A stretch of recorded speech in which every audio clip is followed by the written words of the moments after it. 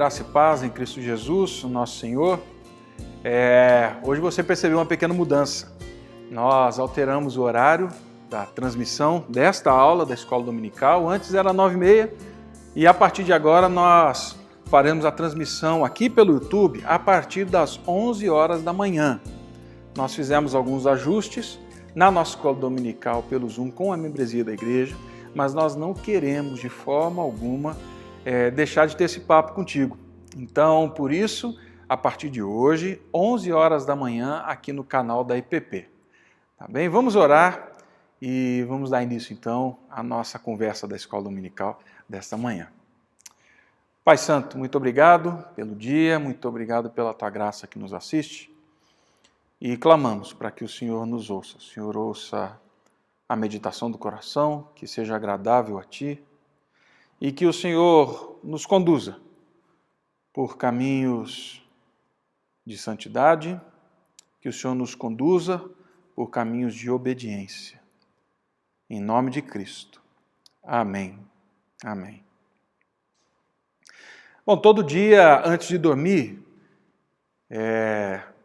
nós nos juntamos lá no quarto do meu filho para orar. E aí, assim que eu sento na cama, ele fala assim: pai, conta uma história.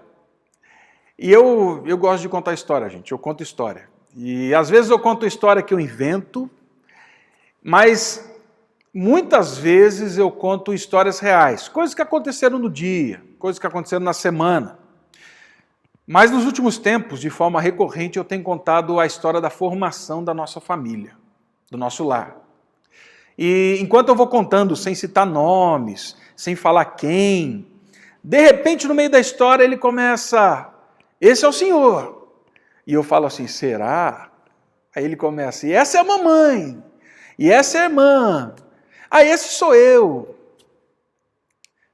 E isso eu acredito porque em todos, a história sempre é uma semente, história sempre é uma semente para a imaginação, história é sempre uma semente para a imaginação no coração, na alma. Elas inspiram, histórias nos fazem sonhar, e mais do que isso, histórias nos fazem perceber a nossa realidade, o presente.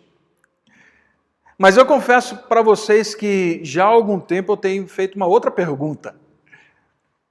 Tiago, como você vai contar a história de 2020 para os seus filhos, para os seus netos, para os seus bisnetos? Como você vai contar a história do dia em que o mundo parou? Como você vai contar a história do dia em que você recebeu a notícia em que a igreja não poderia se reunir, de que você não poderia encontrar com seus amigos mais, de que talvez dentro de casa vocês teriam que ter uma distância? Como você vai contar a história de que você não pode ver o avô, a avó? Como você vai contar a história das mortes? Como você vai contar essa história toda? E mais, como você vai contar a história da reconstrução? Como você vai contar a história do novo normal? Como você vai contar a história de como você seguiu, obedeceu e respondeu ao chamado de Deus ou não fez isso? Eu queria estender essa pergunta para você. Como você vai contar a história de 2020? Para os seus netos, bisnetos, para os seus filhos? Como você vai contar a história de como você respondeu a Deus diante de um cenário de reconstrução, de um chamado de reconstrução da realidade? Hoje eu queria caminhar com você em uma história que conta a história de um homem. Ele mesmo escreveu a sua história.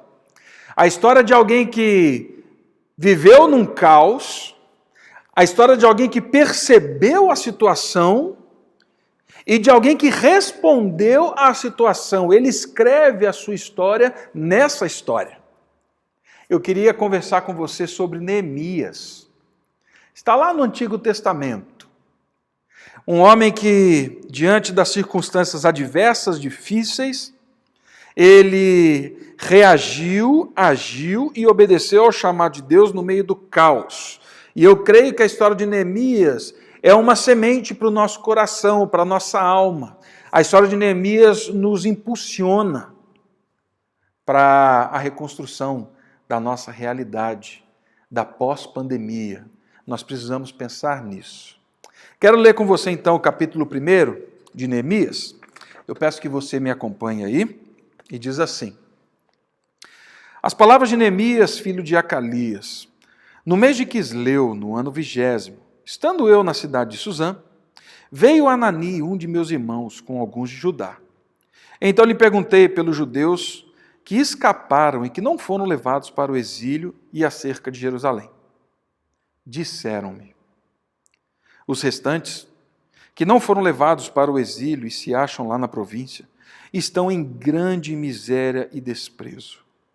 Os muros de Jerusalém estão derribados e suas portas queimadas. Tendo eu ouvido essas palavras, assentei-me, chorei e lamentei por alguns dias.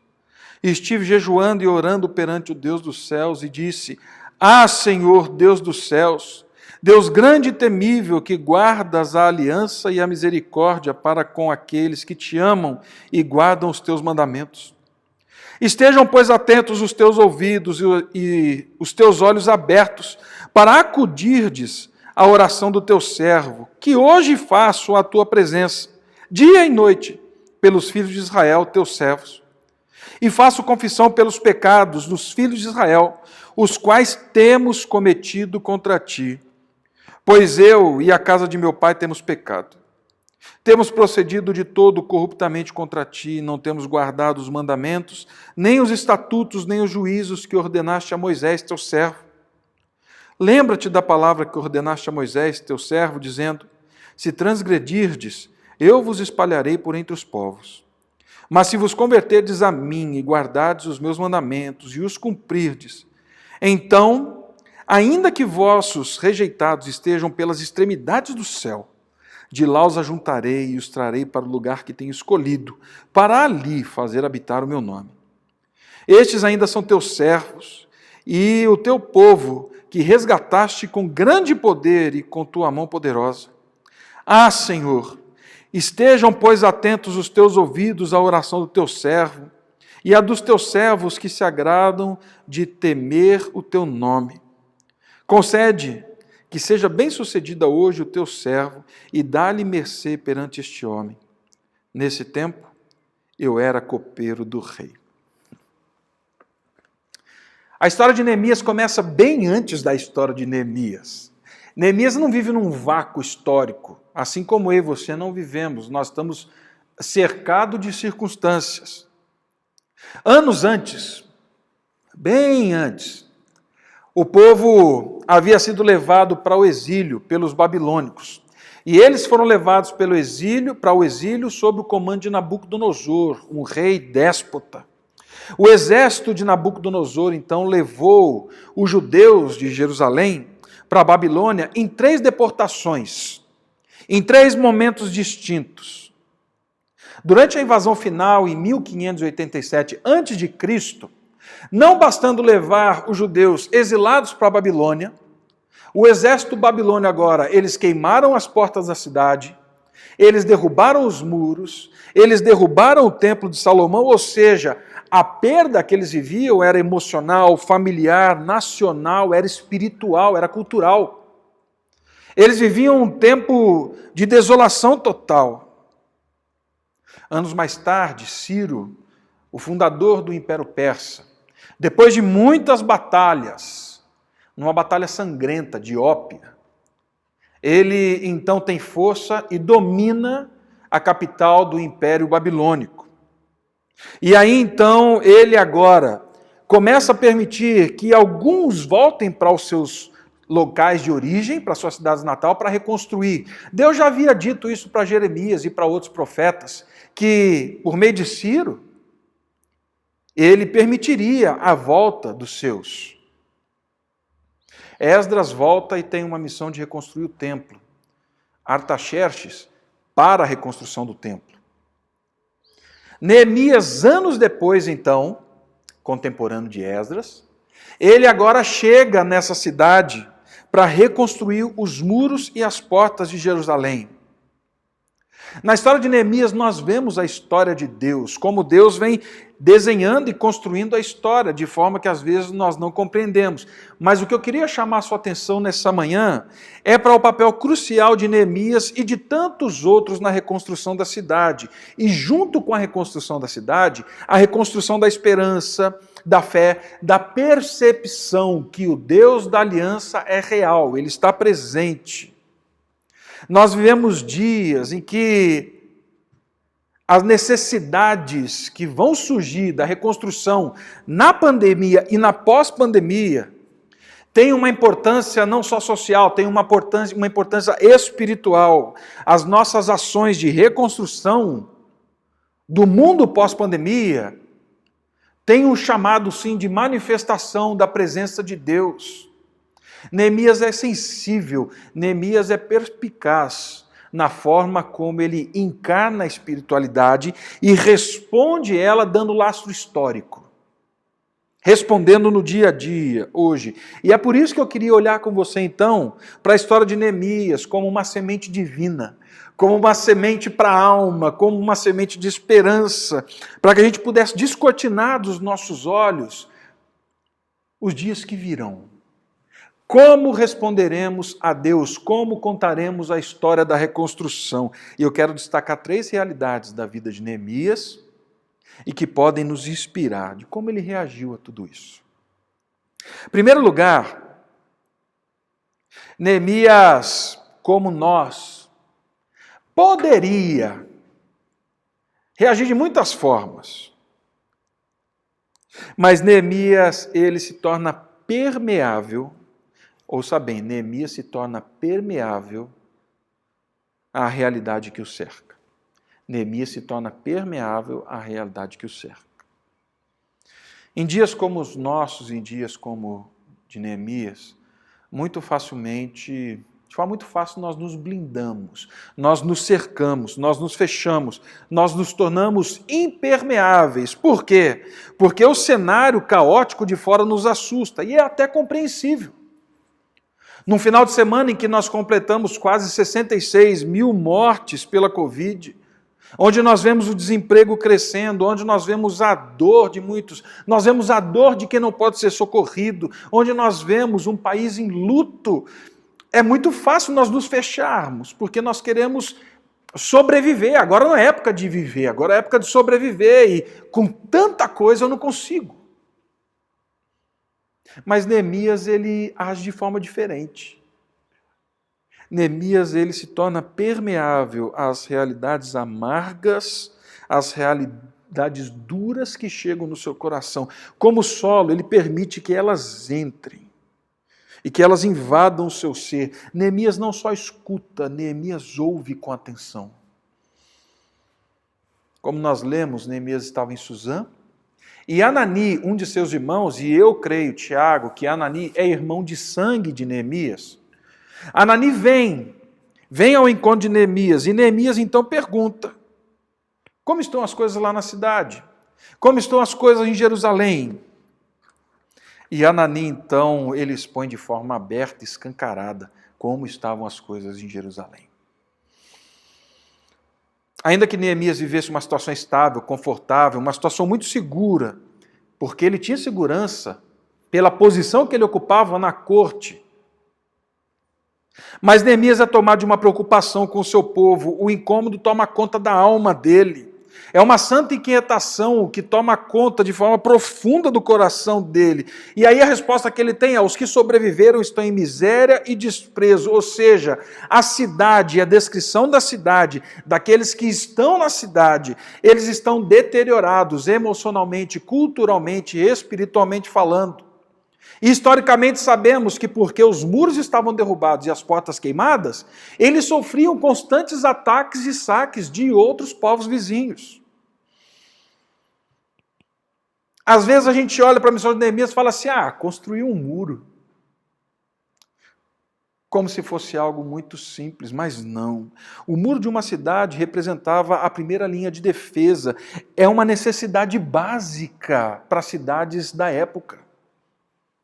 Pelo menos há 50 anos, eles estavam derrubados, destroçados, as portas queimadas. Ou seja, eles estavam expostos em extrema situação de vulnerabilidade. As primeiras barreiras não existiam. E Neemias então ouve, se torna permeável, isso incomoda, isso mexe com ele. Mas tem algo para aprendermos com Neemias aqui. Embora ele esteja permeável ao caos, ele não se apavora, ele não perde o controle. Ele consegue discernir a situação sem que isso se torne um caos dentro do seu coração. Ele ouve. Ele deixa que isso desça. Ele se torna permeável. Mas tem uma outra figura aqui também que está permeável à situação e que muitas vezes nós não falamos dela, que é o próprio Anani. Anani, ele consegue fazer uma leitura muito real da situação. Anani não ignora os problemas, falando assim, a coisa está indo. Não, ele fala assim, olha, a coisa está feia. Ele não minimiza os problemas. E com esses dois homens, nós precisamos identificar as vulnerabilidades que se colocam frente à vida, frente à reconstrução do mundo depois da Covid, mas não para criticar, brigar, acusar. Eles olham e falam assim, nós vamos responder isso com edificação, com reconstrução. Eu confesso para vocês que a minha tendência, muitas vezes, diante do cenário que eu vejo, diante do descaso de muito poder público, é criticar, é acusar, é brigar, é entrar no jogo que as obras da carne me chamam. Mas em Deus, o meu chamado é para edificar, é para ajudar a reconstruir. Em Deus, eu vejo os diagnósticos difíceis e falo assim, bom, está aqui a matéria-prima. Porque onde abundou o pecado, superabundou a graça de Deus. Aonde tudo está dizendo não tem mais jeito, Deus está falando assim, é aqui que eu vou agir, é aqui que eu vou reconstruir. E eu quero usar vocês para isso. Nós respondemos a isso para reconstruir. Neemias, em segundo lugar, chora e ora. Neemias chora e Neemias ora. Nós vivemos num tempo, ainda hoje, em que muitas pessoas, veem o choro como fraqueza. Mas eu afirmo para você que na Bíblia o choro, diante da desgraça, diante da injustiça, diante do mal, diante da preocupação, é água que rega a planta da justiça. Jesus, como disse o pastor Davi na semana passada, na escola dominical, ele chorou. Jesus chorou porque ele se preocupou, porque ele sentiu lá dentro as coisas, ele sentiu profundamente a situação de amigos, do povo. O choro, então, é algo que dói, que mostra que está doendo, mas mostra também que eu estou carregando o fardo do outro, que eu estou levando esse fardo duro, pesado, ele compartilha, ele se vê dentro da situação, das circunstâncias. Mas isso ainda não é suficiente, gente. Neemias chora e Neemias ora. O que transforma o choro de Neemias em água que rega a justiça e não água que rega a ira, ódio, vingança, é a oração. É a maneira como ele se coloca diante de Deus e ele ora diante de Deus. E quando ele faz isso, as circunstâncias mudam, pelo menos na sua vista. Torrey, um escritor norte-americano, anos atrás, escreveu algo sobre a realidade da oração. Olha o que ele diz. Foi um golpe de mestre do diabo fazer a igreja e os ministros deixarem de lado a poderosa arma da oração. Ele não se importa nem um pouco se a igreja vai expandir as suas organizações e os seus mecanismos habilmente planejados para conquistar do mundo pessoas para Cristo. Se ela simplesmente deixar de orar, para ele está ótimo. Ele ri baixinho enquanto olha para a igreja de nossos dias e ele diz sussurrando, vocês podem ter as suas escolas dominicais, as suas organizações sociais, os seus grandes corais e até mesmo os seus esforços de reavivamento, contanto que vocês não tragam o poder de Deus, o poder do Todo-Poderoso para dentro deles, por meio da oração confiante, fervorosa e persistente. Quando as nossas ações e o nosso choro não são revestidos da oração, do poder do Todo-Poderoso, de nada adianta. Neemias ora, Neemias chora e Neemias jejua. Por meio do jejum, ele acalma a tempestade do coração que está pronta para sucumbi-lo. Ele acalma a tempestade que está pronta para sucumbi-lo, com a raiva, com o ódio, com a vingança, com a desesperança. O coração volta a ficar no lugar. Ele se vê diante da oração. Ele é confrontado consigo mesmo. Diante da oração, ele não sai fazendo o que eu tenho a tendência de fazer toda vez, que é sair resolvendo tudo urgente, junto do grupo de amigos e vamos lá resolver. Não, ele vem para o lugar onde tudo deve começar. Neemias me ensina isso. Toda ação na reconstrução deve encontrar seu caminho, sua direção, o seu primeiro local, na oração e no jejum. E é nessa oração que Neemias exalta a Deus.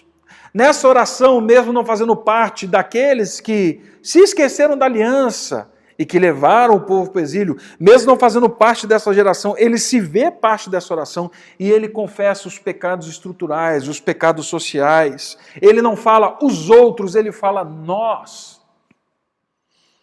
Ele se lembra da bondade das palavras de Deus, ele se lembra da aliança, da misericórdia. Neemias fez isso por quase 5 meses. E isso mudou a sua percepção. Tiago, então você está querendo dizer que a gente não pode fazer nada? Não, não estou falando isso. O que eu estou falando é que as nossas ações de construção, reconstrução, pós-Covid, durante Covid, elas têm que ser regadas à oração e a jejum, porque é nesse caminho que nós vamos discernir qual é a vontade de Deus. Em terceiro e último lugar, Neemias paga o preço por responder a Deus. Ele paga um preço por responder a Deus. O verso 14 diz que Neemias tinha um bom trabalho na corte de Artaxerxes. É difícil de falar. Artaxerxes.